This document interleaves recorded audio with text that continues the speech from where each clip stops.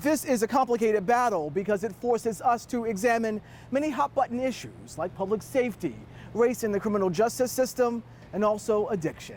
Mount Vernon's top lawyer, Lawrence Porcari, is supposed to uphold the law for the city, but today he finds himself on the other side of the law. Are you taking the fall for the mayor?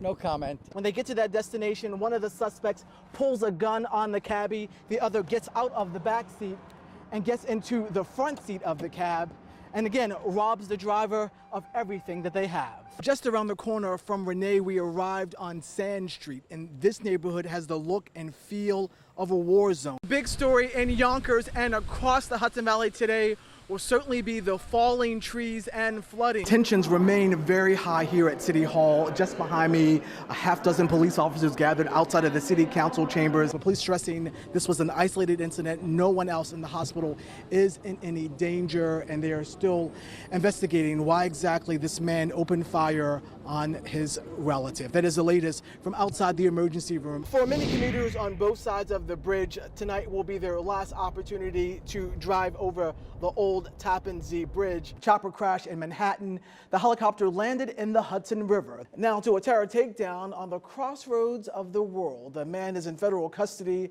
accused of trying to buy grenades and toss them at people in Times Square. I was ready to go, but first I needed a little pep talk. A lot of it's about confidence and experience. Neither of which I had, but I tried it anyway, and it was bad.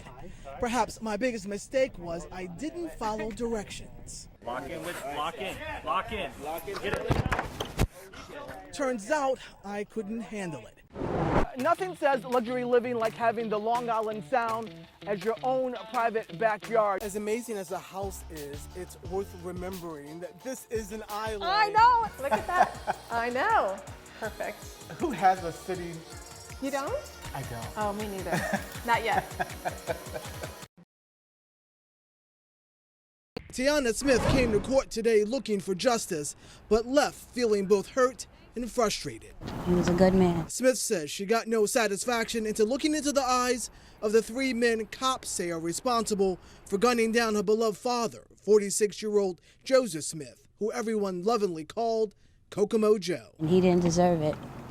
Police charged 16-year-old Trevin Major with manslaughter. They say he fired the fatal shots on Thursday that killed this father of four inside this Greenberg apartment building. They also charge Major's 18-year-old brother Vance and an 18-year-old friend Timothy Whitney with criminal possession of a weapon and tampering with evidence. They needed us pay for what they did. That's it. They need to pay for what they did. Witnesses tell News 12 the suspects targeted Smith Thursday night because he apparently intervened in an altercation they had earlier in the day. Tiana says her father always taught her to stand up for herself. Now she's standing up for him, making sure everyone knows how special he was. How do you want the world to remember your dad? He was a good man, family man, and he did what he had to do. I mean, it's nothing, I can't talk like that. The suspects did not enter a plea in court. In fact, they said very little while they were in there. It's not clear if they understand the seriousness of these charges, because as their families were leaving the courtroom, one of the suspects yelled out to his mother, "Ma, can you get me out of here?" We're in Greenberg. Ty Milburn, News 12. A truly stunning day in the courtroom. This was something that nobody saw. We were all here for jury selection. Instead, Mayor Thomas shocked everybody by pleading guilty to 2 misdemeanors. Now, he was facing 6 felony counts. Instead, he pleaded guilty to attempted grand larceny and filing a false instrument. Now, in exchange for that plea deal, Thomas gets no jail time. He is forced to resign, but he has to do so by September 30th, and he also must pay back $13,000 in restitution. Now, the courtroom was packed today with Thomas loyalists, and I think they all were stunned by the mayor's guilty plea, mainly because for the last year, he's been saying that he's completely innocent of the charges, even calling the charges bogus. Now, after the court hearing, he went over to the Board of Elections where he talked about why he took this plea deal. I just want to make it clear. And also, outside of the Board of Elections, the mayor conceded his election from 2 weeks ago, mainly in part because under this plea deal, he can no longer seek political office for another year. So he conceded after already telling the judge that he's agreeing to not seek office for another year. Again, this was an outcome that nobody saw happening today. Back to you, Lisa. You know, the deal that we're talking about today does seem much better than previous deals that he was offered weeks ago. Do we know what prompted these changes? That's a question that a lot of folks are asking. About 6 weeks ago, he was offered a deal that had him pleading guilty to a felony and stepping down immediately. Then all of a sudden today, he gets this new deal with just 2 misdemeanors, and he doesn't have to step down for another couple of months. And the judge did not say why this new deal was negotiated. I talked to his lawyers outside of court. They would not say why. I think this is a question that a lot of folks, from political analysts to legal scholars, will be debating what happened that led the mayor to get such a sweetheart deal the day his trial was supposed to start. Back to you, Lisa. All right, Ty, thank you so much for that. And our team. Should New York legalize pot? Yes. Checked off no. Why should they? The battle over the legalization of recreational marijuana, I mean, it's healthier than alcohol. is an emotional issue, I lost my son to an accidental drug overdose. It all began with marijuana. with advocates on both sides This is something that heals. making passionate arguments for and against. This is not the time to legalize marijuana. It's not a drug that can kill you. It's a drug that can heal you. It's a controversial issue now at the center of our political and social consciousness. If New York legalizes recreational marijuana, it would follow Illinois as the 12th state in the nation to do so. But this is a complicated battle because it forces us to examine many hot-button issues like public safety, race in the criminal justice system, and also addiction. I lost my son in 2008 to an accidental drug overdose. Jeffrey Veach of Yorktown blames weed in part for the killing of his teenage son. Justin, he was 17, he snorted heroin. But I have to say, it all began with marijuana when he was 14. And we never know, how a young person is going to react to marijuana. That's why this dad is one of the leading voices against legalizing pot. And I believe approving marijuana for recreational use in New York or any other state is like inviting the kids to the party, because they're going to take advantage of it and they're going to get a hold of it. I think legalization does send the wrong message to young people. And he's not alone. Most police chiefs in the state oppose the move, saying they need state guidelines on how to measure THC, the compound in marijuana that makes you high. From a public safety standpoint, there's no roadside test for THC at this point. That will definitely complicate enforcement of drug driving. Chief Paul Oliva says that there's no reason to rush the legislation until more research can be done on the positive or negative impacts to communities. So there's a lot of social anxiety that's been created. But Kathy Kaufman has done plenty of research on that and sees the issue through a different lens, one of race and the criminal justice system. 2.4 million New Yorkers used marijuana in the past year. 1.6 million used marijuana in the last month. And if you're having honest conversations with young people, the drug is completely accessible under the current regime. Kathy Kaufman wrote a report on marijuana arrests and enforcement in Westchester County for a nonprofit focused on drug policy reform. She's become a staunch supporter of legalization because she believes for generations the current laws have unfairly targeted communities of color. Even though white, black, and Hispanic people use marijuana at exactly the same rates, black people are arrested at 17 times the rate of white people in Westchester County. Hispanics are arrested at 5 times the rate of white people. They're primarily young. That criminal record will change their prospects forever. As society weighs in on all these issues, the numbers are clear. Most New Yorkers favor small amounts of pot for personal use. In fact, a recent Quinnipiac poll found that 61% of suburban residents support legalization.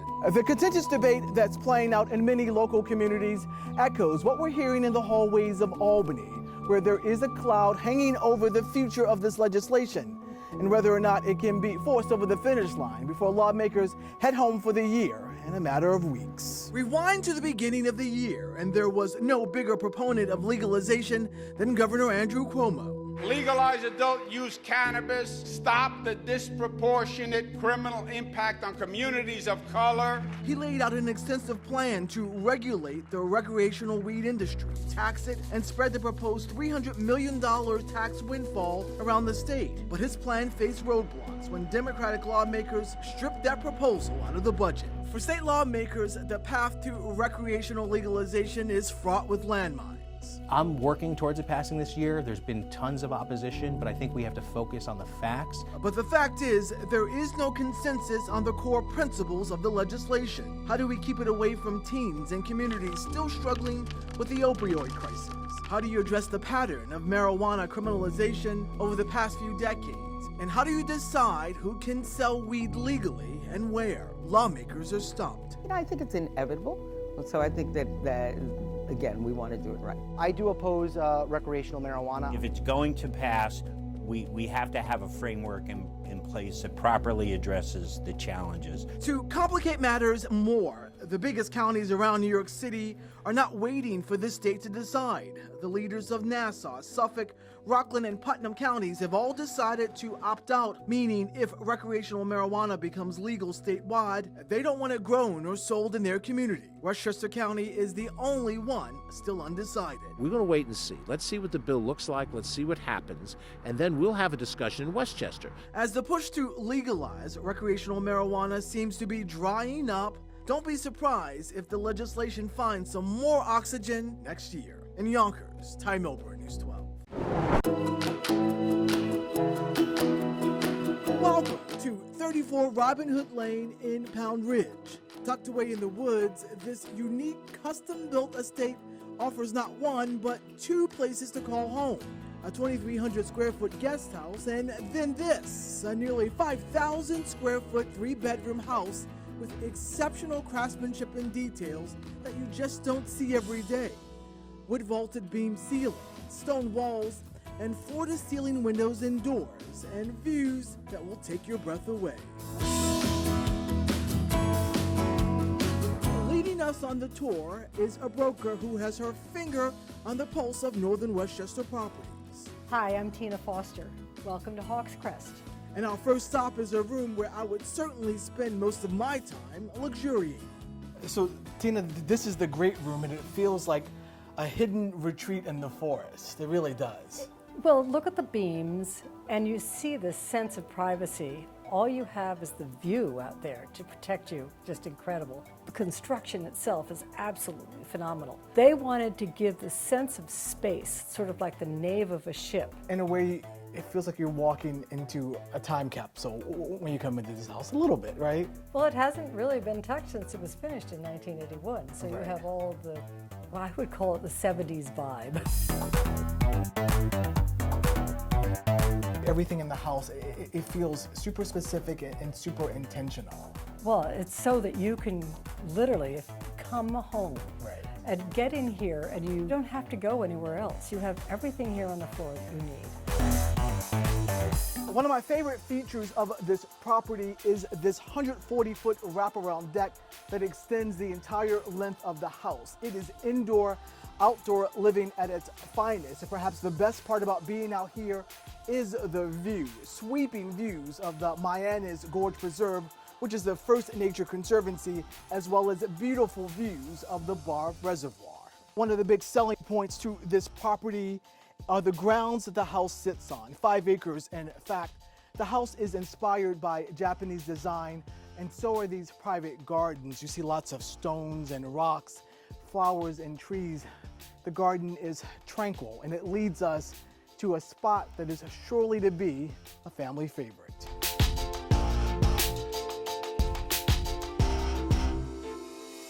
There is no question that this pool area is certainly a crowd pleaser. I know I'm pleased by it, Tina. This is pretty remarkable. Well, just imagine if you could sit here sipping your iced tea, looking out at least 750 acres of protected land, watching the hawks soar, and maybe even skinny dipping. What a great idea. Like that? I think it's warm. Let's jump in, Ty. In 2019, who really has time for stairs? And good thing that this property comes with its own private elevator, and it could be all yours if you so happen to have the $3.5 million that this house costs. We're in Pound Ridge. Ty Milburn, News 12.